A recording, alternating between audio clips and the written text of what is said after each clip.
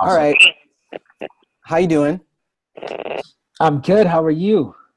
Okay, good. I'm good too. So everybody that is on the live webinar, thank you for coming. And everybody who's watching on, there may be even some people watching on Facebook, so that's awesome. Um, and of course, if you're watching this as a recording, thank you very much for doing so. I'm super excited to be in chat with an amazing person that I met maybe almost like a year and a half ago on a Yeah. boat in the middle of Miami or something. Yes, I'm sure. Um, really life-changing conversation, as I hope this is for you all. My name is Maceo Paisley. I run an organization called Citizens of Culture. It's a 501c nonprofit that uses arts to develop critical thinking and emotional intelligence. Basically, we think that social change is a personal task that asks us to look inside ourselves to imagine the kind of world we want to see and do the work of reifying that world out in society and using culture as a vehicle for shifting consciousness. This specific program is called No Pressure, No Shame. It is all about redefining modern romance. It looks at the way we view ourselves across gender identity, sexual orientation, and even our ideas about how we seek love, attention, and affirmation. And this program asks us to challenge ourselves to imagine new possibilities for the way we organize romance, love, and family. I'm really, really happy to have Tiq Milan here. I won't even begin to butcher the intro, but I will say that Tiq is someone that I came into contact with at a masculinity workshop, and it was really challenging for me, and it was also very powerful for me, and somebody that I stayed in contact with after that workshop. And I think their own personal life journey is something that we can all learn from. So without further ado, Tiq Milan, ladies and gentlemen, and please tell us a little bit about yourself, and I'll let you go for a second, and then we can go into some questions. Okay, so about me, where to start? So so we met at the summit on the boat, at the masculinity um, talk that I did. I guess I start there. Like that's what I do. As you know, my career is kind of like what my life's work has been about. Has been about trying to create change and be a model of possibility for that change. I'm transgender, right? So for me, being a trans man has meant cultivating my masculinity, really being able to look at different tropes of masculinity and thinking about what I wanted to be a part of and what I didn't want to be a part of, where I wanted to create things new, um, and also just understanding like the versions of masculinity that are out there, that I had to like choose from, that I had to think about what was going to be a blueprint for me, and they were all flawed in so many different ways, you know. So I think about those things a lot, and I share and I share my you know my kind of hypothesis around these things and my ideas around these things. So that's a part of the work that I do. I'm also really interested in storytelling and using media as an agent of change. In social media, we have so many different people who have access to these platforms to be able to tell their story and to tell their truth has really like complicated our ideas of humanity, has made people closer, has made the world smaller. And I'm really interested in what that means as a vehicle of our culture. Um, Outside of like those kinds of things, I'm a husband, I'm a father, I have a 4-month-old daughter. I've been married for 4 years. Um, I live between Toronto and New York City. Um, I'm in my 30s. I'm Black. I'm happy. Yeah, I guess that's it. Yeah, that's a great intro. I think part of why I wanted to have this conversation is selfishly, I'm cisgendered, straight. Those are the words that people use to describe me. And I, but I admire the work that's been done and the work that trans people do and have to do to Mhm. investigate their place in the world and how their orientation, um, might not be what the one that they might not appreciate the one that was handed to them, or it doesn't work. And so for me, as somebody who feels cisgendered, I felt like it's important for me to do this investigation as well. You talked about flawed masculinity, and I think about the constructs that I inherited and how I never really took time to investigate them until probably a couple years ago. Yeah. And I think about what it is like to be in straight relationships and dating, and look at the problems that we might see there and presume that there's just the way that it has to be. Yeah. So I really look at the queer community for guidance and leadership to say, hey, you have done so much of the work of carving out new spaces and new ways of being. What can so-called straight people learn from this? And how do we take that innovation really and make it accessible to folks who haven't really had the need and or opportunity or inclination or desire to really investigate the status quo. And for me, that status quo is like lives inside myself. Yeah. And so I kind of want to talk a little bit about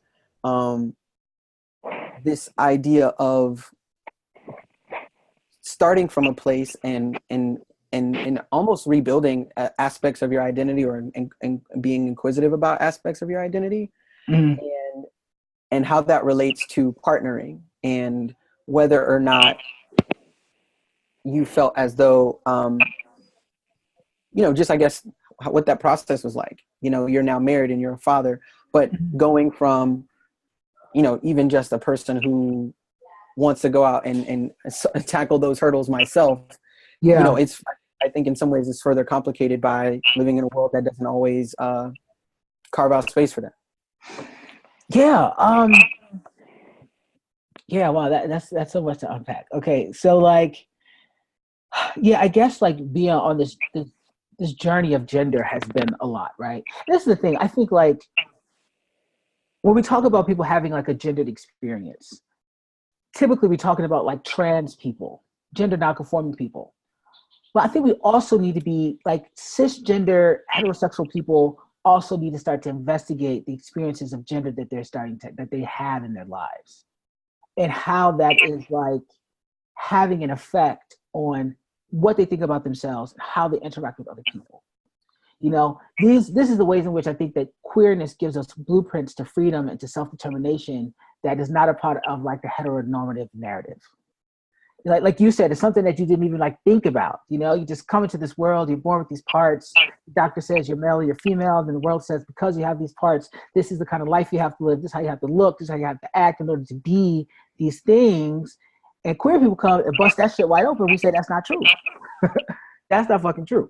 You can be however you want in your gender. You determine what this experience is. And sometimes that determination is going to come up against the systems that are really, committed to keeping you confined into this binary system that doesn't work. Like binary systems don't work in like life, not in like nature, not in space, not in time. Like it's all fluid, And I think that that's what queerness gives us and what has given me, So I think that even though in queer community we face all of these hardships, particularly us who are Black and queer and trans, all these things, I came out at 14 years old.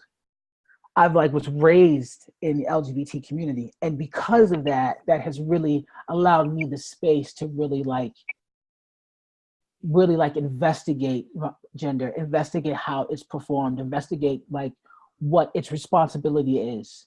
You know what I'm saying? Because that's what queerness is. It's about self-determination. So that has been a huge part of of my journey around going through identities and growing.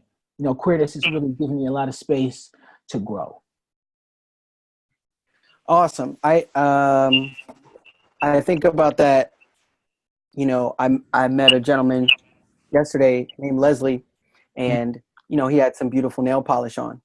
And I thought, that's dope. He got a cool pearl nail polish. I want to wear that. Yeah. And my immediate thought was, can we do that? Can we wear? Can I? Is that a thing that brothers do? Is that? Right. is that a thing? Do I have permission to do that? And I Right. asked him, I was like, oh, so we wear nail polish. That's tight. He's like, well, I don't know what we do. You know what I mean? He said, I like this shade.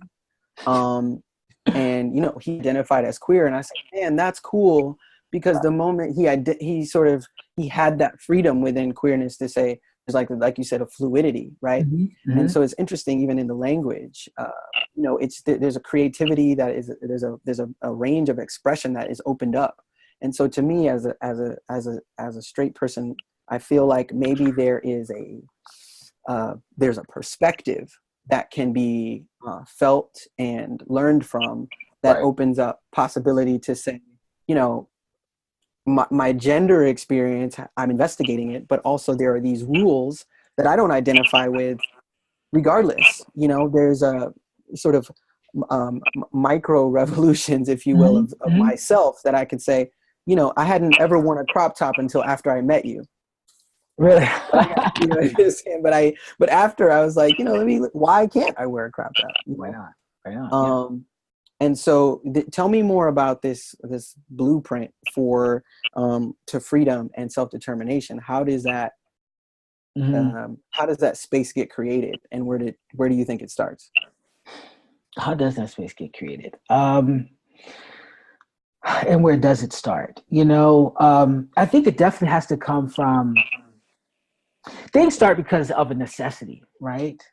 So, you know, queer people are in this world where, you know, people who live on the spectrum of gender identity. We're starting to understand gender as a spectrum and not like this bilinear thing, right? So people who live along this spectrum and who just have to live as themselves, whose most authentic self that's like tethered to the spirit can't be held within in this binary experience, right? You know what I'm saying? And so because of this need, then comes a blueprint of the how, like, you know, that everything that exists out of a need. So there was a need to say, there was a need to say, like, you know, the culture that we are living in right now does not create space for me to exist. I have to exist.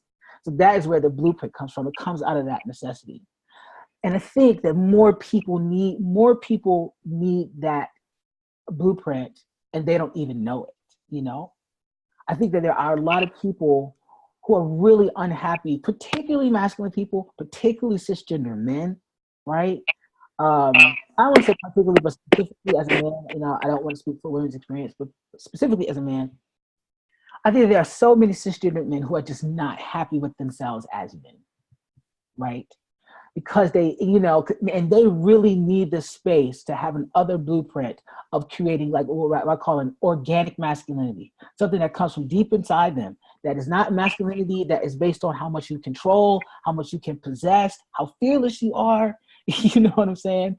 It's something that comes from a whole other place, right? A masculinity that doesn't treat like kindness or compassion or like empathy or being nice or showing fear as antithetical to being a man, because once you do that, then it takes away like such a huge part of your humanity. So you got all these guys walking around who just feel like shit and they can't understand why. It's because like you're living in this matrix that is limiting like your possibility as a human being. It's limiting your masculinity. Your masculinity doesn't look like that. And that's the thing about like queerness. It's not just like sexuality. You can still be straight and be queer. We've had this conversation. I had this conversation with a homegirl of mine who was like, I'm straight, but I'm fucking queer. You know, queerness is that fearlessness and that freedom to say I'm going to exist outside of these systems, or I'm at least going to start to examine the matrix that I'm living in. You know, so I think that's what it is, and I think that blueprint is going to have to look different for everybody. But the thing is being able to come to this place where you say, like, I have to be self-determined in who I am in my gendered body, and I'm going to investigate what that looks like, and I'm going to do it no matter how hard it gets. No matter no matter what I may discover about myself that may scare myself. Mm. You know, whatever other truths I may come to, I need to do this investigation to feel whole in my human existence. Right. And I think that one of the things you just touched on is like, no matter who I may, you know, come in contact with, or who, you know, I may lose, or what the parts of myself I might find scary. Mm-hmm. One of the things that just came up for me in the past week has to do with how gender is used in the mating ritual, the mating practice, and my desirability as a potential candidate for the kind of attention that I would want from, you know, in my case, women, right? Mm-hmm. And so, you know, I might be wanting to be self-determined and, you know, what have you. But I'm also facing this consequence of feeling like I need to maintain a sort of sense of desirability that is attached to my, you know, possessions or control or fearlessness. And so when we talk about finding love and when we talk about partnering and pairing, do we also have to do some thinking about what healthy relationships look like and feel like for ourselves as well? And is this something that you had to investigate, whether or not it even is attached to queerness? Yeah, definitely. I mean, like, you know, during this space and this time of like trying to understand ourselves as gender people and this investigation and all this change and transitions that people go through, like, you know, obviously I had to go through my transition as a trans person, but I think a lot of us go through these transitions in our experience, right? Oh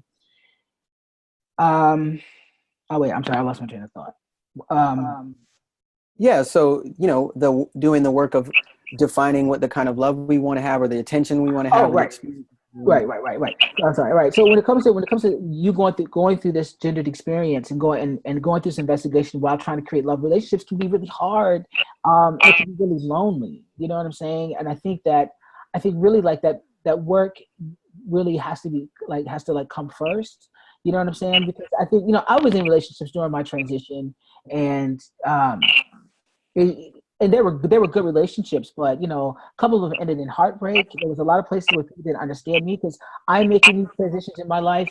And you know, when you do that around other people, when you start to change, the closest people to you have to change too. And sometimes when you start to change into something that they don't recognize or that they don't understand, you start to, that love starts to shift. You know, you don't have to necessarily lose people, but it definitely starts to shift. And I think that that's another aspect to it too, is when we're thinking about creating relationships and creating love relationships, knowing that, you know, and me and my wife have this conversation all the time, knowing that, you know, when the love is real, it's going to shift, it's going to change, it's going to look different. Sometimes it looks like monogamy, sometimes it may not. You know, sometimes it may look like you're focusing on each other or you're focusing on like something that you're doing together. You know what I'm saying? That the focus may change, but you're always kind of working towards the betterment of each other. And I think a lot of people kind of get it twisted when they go into these relationships, into long-term relationships, and think that everything is going to stay the same and that it's not going to be fluid. And again, this goes back to this idea of queerness. When you really start to internalize that and start to understand that, and you start to see that there is fluidity in everything, not just in your gender, not just in sexuality, but also in how love exists, you know, within these dynamics. You know, so I think that that's really important to kind of like have an understanding of as we're creating these shifts in our lives and trying to create sustainable love relationships that are going to sustain all of the shifts and the moving that we're going to do, you know, throughout our experience as human beings.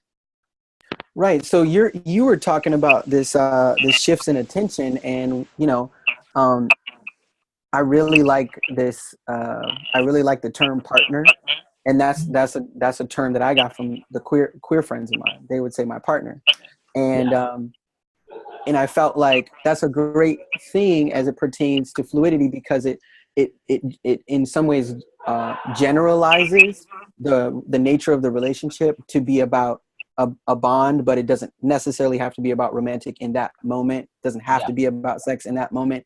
And when we first had our chat, you talked about now being a father and how parenthood has shifted the focus.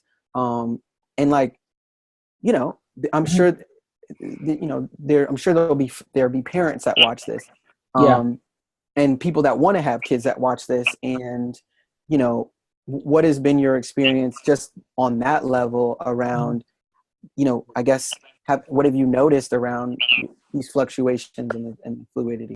Yeah.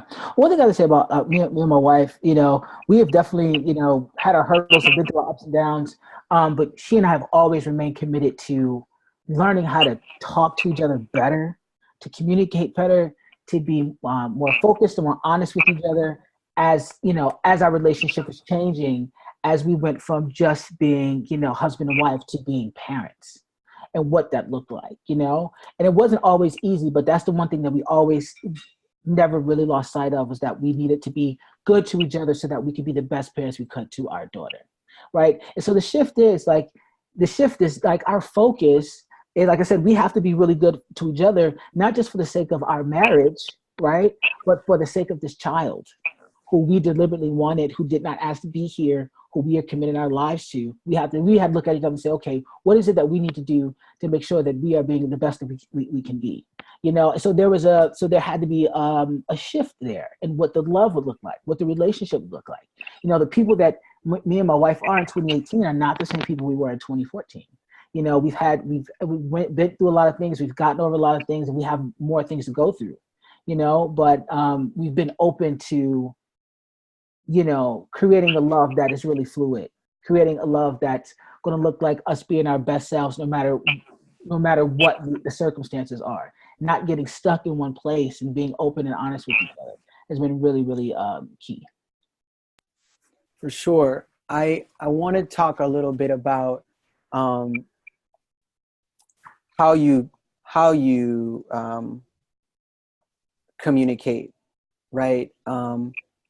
I think sometimes it is about conveying a message that you have on your chest and the other person, you know, wanting to be heard, so to speak. And then other times it's, you know, realizing that that's what the other person's going through and listening. I feel that there is, you know, when we talk about marriage and we talk about parenthood, those are really, they can be kind of drastic shifts. And you know, like in terms of like stages and levels, do you feel like that intersects with your idea of, what did we call it, like fluid love in noticing sharp transitions, or was it a gradual shift in, you know, communication style, or, you know, Man, look, I think there was sharp transitions. There was some sharp fucking transitions, okay? And there was also some fluidity there too. You know, I think we all have like dreams of what we think our life is going to look like, or what we think our marriage is going to look like, or being parents is going to look like, right? I had a vision in my head, and that's not necessarily the vision that came true, but that's what happens with life. You know what I'm saying? It never really looks like what you think it's going to be, but it doesn't mean it's still not valuable. It doesn't mean that it doesn't work. You know, so that's what when I think about the fluidity of, it's also just about like letting go. You know, particularly as, you know, it's hard as queer parents. Baby, I'm talking about this a little bit. My wife is right here, so I'm just checking in. Is it cool? You good? Yeah. Okay. Okay. Yeah. Yeah. You know, as queer people, becoming a family is really intentional. You know, and it's very deliberate. And there's a lot of sacrifice that has to happen. There's a lot of communication that has to happen. There's a lot of negotiating, you know, with other people and other systems that has to happen as well. And it's really just about making space for these things to grow, and being fluid in this communication. And I think like one of the things that my wife has always says that I carry with me and I talk about all the time is like a tenet of communicating is, you know, there's this golden rule that says to treat other people the way you want to be treated. But when we do that, that means that we are the standard for other people's experiences, right? So my wife always says, so Kim always says, we have to treat people like the way that they want to be treated. You know, which, you know, it seems like something so simple, but it's something that we really don't think about. You know, you know, we never just ask people exactly like what they need in that moment, and just do as they need, even if it's something that may not be what we would need in that situation. Maybe it's something that may feel counterintuitive, but that is how you show up for people and be an allyship with them, right? By treating them the way they want to be treated. You're breaking down something that I knew we would get to, and I'm very happy we did. Mm-hmm. And love, right? What love looks like in society, right? And how we practice love in community. But you just said it, treat people the way they would like to be treated, right? And so I don't know if it's a question or more just like me feeling into that a little bit, but what I'm hearing you say is that there's that because of that, communication is inherent in that process, because you have to then know what the person needs, and you have to like be invested in starting the conversation of what are your needs and what are your Yeah. expectations. Yeah, and also being able to understand people's like truths, like the hard truth, and to allow ourselves to be complicated by those things, like to sit with those and not try to invalidate what other people are saying or to push back, but really just try to understand the context of people's lives and the truth that they have, like, in their hearts, and just be really open and communicative about that, that can be really difficult, that can push you and challenge you. But when it comes to creating sustainable love, that sustainable love has to be pushed and has to be challenged and still has to be. It's like, it's like, if you can, if you can see it in your mind and you can like hold it in your hand, you know what I'm saying? And if you really believe in the love that you have for another person, this could be about a partner, about your community. If you really believe it and you stay committed to it, it can happen, but it has to happen by being able to let go, by being able to be challenged, by taking 2 steps forward and maybe taking 5 steps back and then taking 3 steps forward again. And again, this goes back to this idea of self-determination, and it goes back to this idea of queerness, of being really deliberate and intentional in how you live your life and your identity, and also being deliberate and intentional about the love that you create in your life, and creating the love in your life that looks good for you, that's manicured just for you. How you and your partner may interact and love each other, and dynamics of your relationship may look totally different from something that's over here, but that's okay. It's still love and it still exists. And that's what queerness is. Queerness tells you that love is going to exist, in the way that's right for you, and in the way that you want it. So I love this. There's a little bit of a narrative here, at least the way that I'm seeing it, is that one, as a queer individual, you have to do this investigation of the self and feel into you.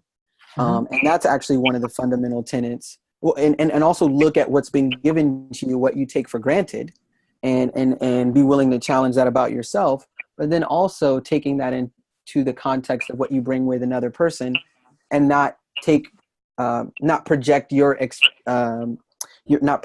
expectations onto them, right? And so what I'm seeing is this sort of inquiry as to who am I, what do I need, and then also who are they, what do they need.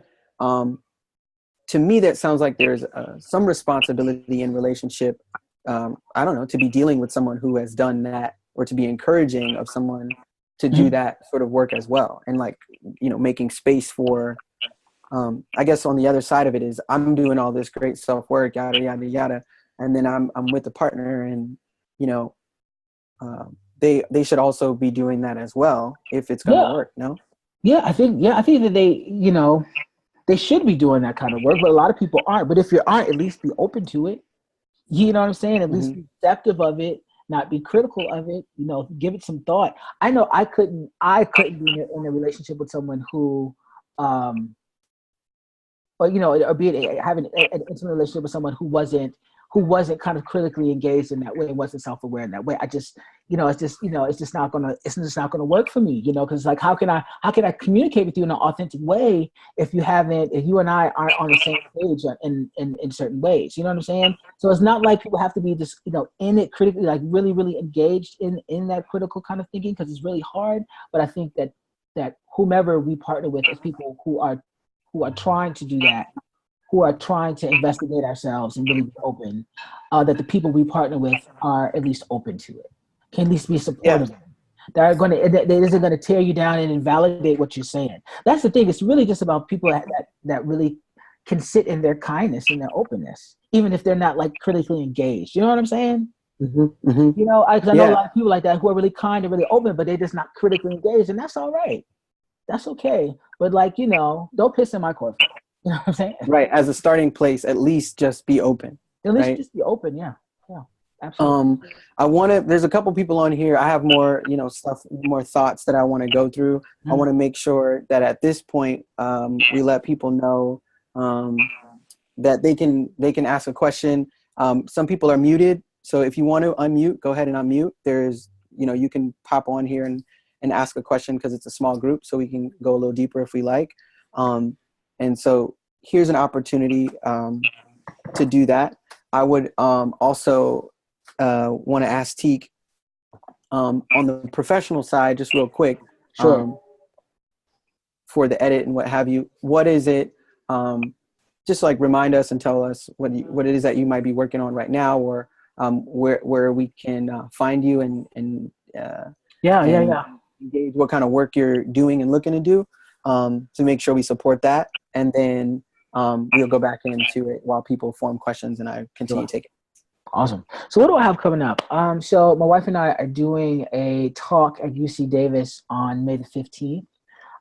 This is for LGBT like month that's coming up, and also for their Black Family Day. And so we're going to be talking about queerness and Black love and creating family. So that should be really good. So that's at UC Davis. And then I'm going to be down in DC giving the keynote for Trans Pride. That's sponsored by Capital Pride, which should be a lot of fun. And then after that, I'm going to be in New York City. I'm going to be in New York for Pride. I'm going to be I'm going to be on the big float, on like the New York City float. I have a couple of engagements while I'm down there. My big project is working on a memoir. I'm writing a memoir called Man of My Design, A Self-Determined Life. I've been working on that for a while. So I'm in the throes of that. So I'm writing this book, so that should be out really soon.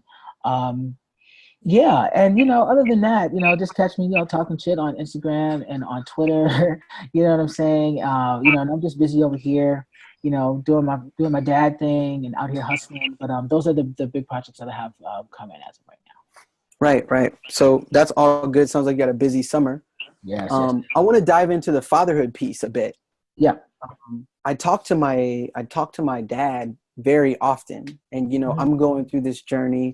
And he's not the oldest of school, but he's older school. He's older school, Yeah. And we talk about masculinity and the ideas that I inherited from him. And one of the things he said really struck me. And he said, of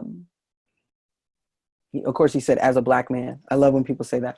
But he said I had to strike a balance between, or figure out what my position was on, preparing you to survive the world that exists, and creating and giving you the skills to design whatever kind of world you wanted to live in. Yeah. Oh yeah. And that's real. It makes me think about parenthood and survival practice. And I challenge his ideas all the time, and he said, maybe everything I gave you wasn't the most sustainable, longest lasting wisdom, but it was what would get you to alive at 20, at 33. So he says, feel free to shed that at whatever time you but also that was the scaffolding. So as a parent now, as a queer parent living in the world we live in, and now you're teaching love to somebody.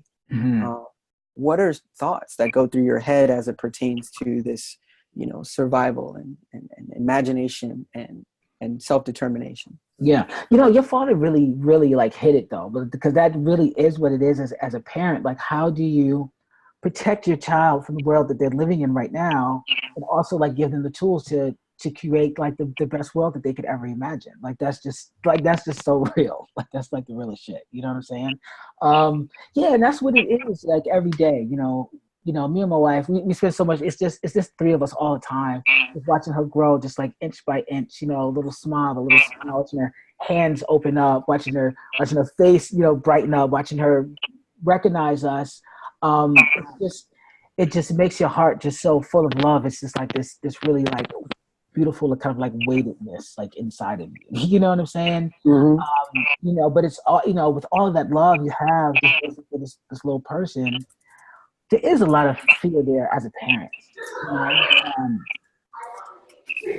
of what exactly you're preparing them for, and if you are, if your best is what's best for them. You know what I'm saying? But I think, it's something that does come naturally, I think. Once you are committed to dedicating the rest of your life to another human being. 'Cause that's what it is. Like, my daughter's the boss now. You know what I'm saying? It's what she wants is how it's going to go. But as queer parents, you know, what we do love about queer parents, again, goes back to the community that our kids are going to be raised in. You know, she's going to be raised around so many different types of people, so many people across the gender spectrum who have had so many different experiences, who are just so full of love. So many people who are so full of divine energy. You know, that's another thing about queer people and trans people. There's a lot of like, you know, that's a whole other conversation, but there's just a lot of like spirituality that comes out of folks. You know, a lot of people have had to go to their spiritual places in order to come into their most authentic self, you know. And we know so many different people, so many different Black people, so many different brown people, you know, and it's because, you know, queerness has given us the fluidity to create, you know, communities of people who are going to look and love exactly as they want to. And when people have the space to look as they want to and love and live as they want to, you know, it's just, you know, nothing but good can come out of that, you know? So there's just so many brilliant, beautiful people that, you know, our daughter's going to get to be raised around because we are part of queer community that we're really, you know, looking forward to. But also we have to understand that, you know, even though that's the community that she's going to be raised in, one day she's going to get big and she's going to be like, you know, an adult and a grown up, and she has to go out here in the world.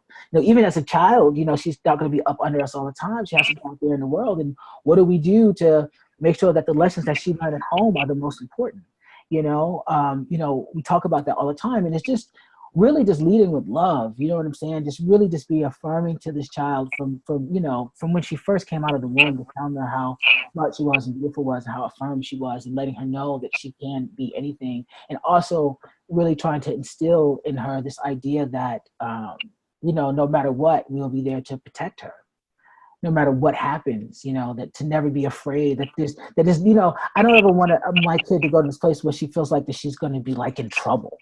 Like, oh my God, dad's going to kill me. I don't want that. I don't want that fear in my kid, you know? And I think that this is like a, you know, because old school was like, you know, my mother's old school. Like, you don't put the fear of God in you. You know what I'm saying? And that's not a place that I want to work from anymore. You know, and again, this goes back to this idea of interrogating your relationships and not taking what the status quo says your relationship is supposed to look like. And I don't want any relationship like that with my child, you know? So yeah, so this interrogation still hasn't stopped. I'm constantly interrogating what it means to be a parent, you know, the love that I got from my parents and what I want to pass on to my child. And the things that my parents did wrong. Like, I love, you know, my mother was amazing. I lost my mother in 2014, but she was my best friend. You know, my dad is amazing. You know, he and I are very, very close. But there are places where I think they could have did different or better, you know, and that's okay. You know, I reflect on that a lot, you know, thinking about the kind of father that I'm going to be. So yeah, I know I'm all over the place, but it's a lot. It's complicated. It's so much, constantly, all the time. Yeah, I mean, I think that you talked about it beautifully. One thing I want to pull from that is the fear part, and I think it relates to parenting, but it also relates to individuals who might be interested. Right, like you said earlier, there's probably tons of cis folk men also who are feel unsatisfied or even damaged by the confines of gender that they find themselves in, or, you know, just limited even in a subtle way by the restrictions or what have you. But they may face fear in challenging that, not only from themselves internally of what they might find, but from out in the world. So I think there's a sense of compromise that we all kind of engage with to live in society. But there are some very clear no's that queer people decide that they're not going to, that they're saying are no longer negotiables for themselves and their identity. And so if you could, you know, speak to not only how you might present this to your child, but how you work through it and think of it yourself as it pertains to being self-determinate and opening up possibility, right? Okay, so let's talk addressing social fear, you know. Oh, addressing social fear. How am I going to address that with my child? Yeah, how do you think about it, whether it's how you might communicate it with your child or your own personal experience having worked through it, either, whichever one or both? Yeah, yeah, that's hard because, you know, the world is a scary place for women and for girls. You know, it's a scary place for everybody, but particularly for women and for girls and for Black women and for Black girls. And I have a little Black girl. And Mm-hmm. every day she gets bigger, I think about it all the time, like how to protect her and still make sure she has her autonomy, how to protect her and still make sure she can still walk with confidence in the world. Like what what does that look like? Particularly when in my life, and I'm gonna be honest, out of all of the women I know, 85% of them have experienced some type of violence at the hands of a man. But that, and those are the ones that I know. You know what I'm saying? Like so many of them, it's just is what it is. It's just like a part of a woman's life and a girl's life that she's had to experience some type of assault because she was a woman or a girl. And I think about that all the time and think about how am I as a father going to protect my daughter from that? And if and when that comes, what am I going to do? I don't have the answer for that. I honestly don't have the answer for that, but this is something that I think about every single day. And, so like, I think about the work that I do, talking about masculinity and talking about allyship and all of these things, just trying to have an impact on the culture a little bit, for the sake of my daughter. You know what I'm saying? Like I was talking about, like, my relationship and the communication with my wife, making sure as a man and as a masculine person in this house, that I'm always in allyship with her. I'm always affirming her. I'm always in celebration of her, particularly when we're in front of our daughter, to kind of instill in her this kind of confidence of what she should, I want her to see blueprints of how she should be treated by men or masculine people in her life from right now. And she's only 4 months old. Like anytime I give her to her mother to feed her, I say, "Yay, mommy!" You know what I'm saying? Just to kind of celebrate the fact that her mother's so great. And I tell her all the time, "Your mother's so this." I mean, constantly, like this is what I'm trying to do here in my household. Trying to make sure that I'm instilling this confidence in my daughter that's going to be challenged when she gets out there. You know what I'm saying? And I can already tell she's going to be a precocious little girl, and she's so pretty, and she's going to be so smart, and people are going to try to tear her down because of that.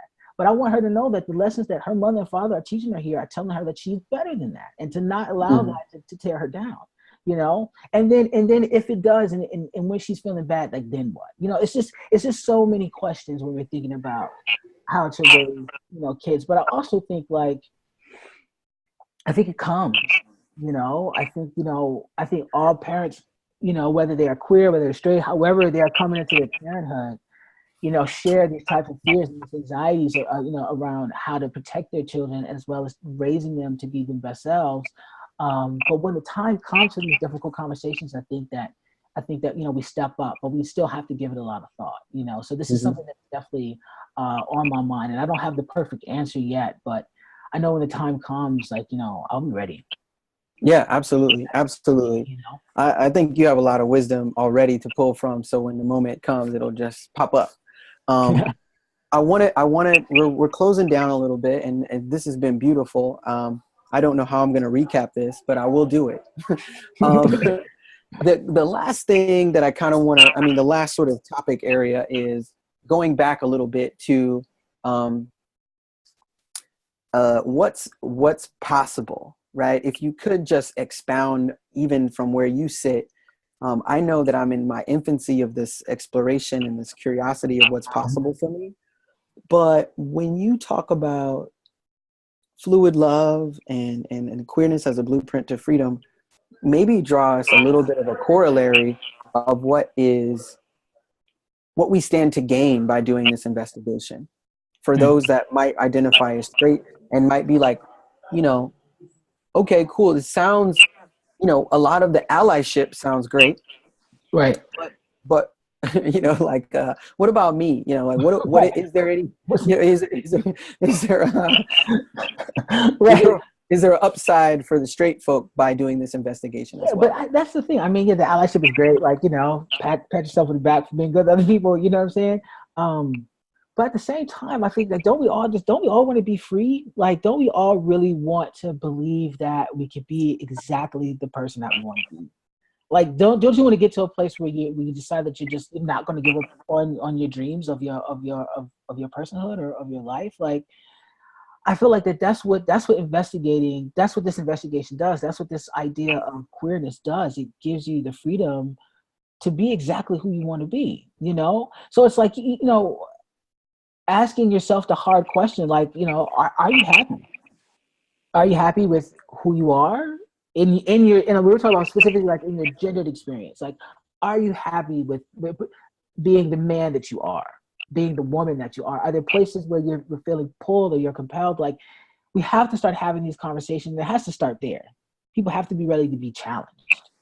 You have to be ready to, you know, break down a little bit. You have to be ready to be frustrated, you know? And I think it makes us better people. You know, when we start to know ourselves better, we really start to get to who we are and create space to, you know, to live exactly the way we want to, you know, to look and to love and live exactly the way we want to. It makes us better people, and it also creates space for other people to do the same. You know, I think it has a bigger effect than just being able to pat ourselves on the back and say that we're in allyship with other people because, you know, we don't have any problems with the LGBT people, or because we've never said the N-word before, or because, you know, we believe in the equality of women. Those things don't make you an ally. You know, it's the work of challenging yourself that puts you in allyship. And it's also, you know, outside the allyship, it also, you have a lot to gain by really like breaking down these layers, like really like unfolding like the complexity of our own human experience, you know. But it has to come from a place of curiosity. That's why I have to keep going back to that, because you can't force it on people. Some people don't want to investigate in that way, you know. Some people are curious in that way, and again, we have to make space for that too, right? It has to be okay, but there has to be a curiosity. There has to be something, an itch there that has to be scratched. There has to be questions that when you look around and the answers aren't sufficient enough. You know, if you're looking around for answers that aren't sufficient enough, if you're trying to see yourself reflected like in the culture, in the stories, in the narrative, and they're not there, well, some investigation has to happen. And who better to do it but us? You know, so yeah. I love it. I love it. I love it. So the one thing that you said just stuck out to me. I remember I was in third grade and I asked the teacher where I put this piece of paper that I balled up. Mm-hmm. And the teacher said, "Oh, you put it in this trash container over there." And I said, "Okay, where does it go after that?" Right? Because after the trash can's full. And then Right. she said it goes into the dumpster, or the janitor comes and takes it and it goes to a big trash can. Right. And then Right. it goes into the dumpster. And I said, "Where does it go after that?" And she said, "Then it goes on the truck to the landfill." And then I said, "Where does it go after that?" And then she said, "Well, that's just where it ends up. It just ends up at the landfill." And I said, "Well, what about after the landfill fills up?" And she didn't have nothing to say. Then voice it out. And it was just that simple, like childhood Yeah. inquisition. Yeah. It wasn't aggressive, really. It was just like, "Oh, that's not a good answer." All right. It's not a good answer. And that's a hard question. And you start to get hard answers. That's the place to get to. Mm, Yep. yeah. Definitely. Well, I think you opened up so many pathways to new thinking here in this moment. I really want to thank you for your time. Anything else that I, might have overlooked? I'm only asking the questions that pop into my head, or any just, a treatise that you just want to unveil that, No, man, I think we've said a lot. You know, this has been a great conversation. Thank you for hosting it. To the few folks that were here, thank you. And to everybody that's going to see it later. No, this has been great, man. This has been awesome. Awesome. Well, I'm going to take this and I'm going to do a recap of it in text and email for the people that couldn't make it. I know we had the time situation, and then I'm also going to splice it up into little clips that'll go up on YouTube and stuff with the little logo or whatever. Caption. Okay, cool. And so, you'll see those come out, and if you want, I can zip them to you or whatever. I really, really, really, I'm trying to get some money to like fly you out, because I feel like this is you're a super valuable resource. So thank you very much. You're in LA, right? I'm in LA. You said UC Davis. I'm like looking at my calendar and trying to Google Maps if I can make it up. I'm gonna be at UC Davis on the 15th, but I'm gonna be in LA too. So I have to come back to do a thing in LA on May 22nd. So I'm gonna be up there for a few days. So let's link up. Awesome. Well, May 22nd. It is. I actually have this is a side note. I'm gonna stop the recording.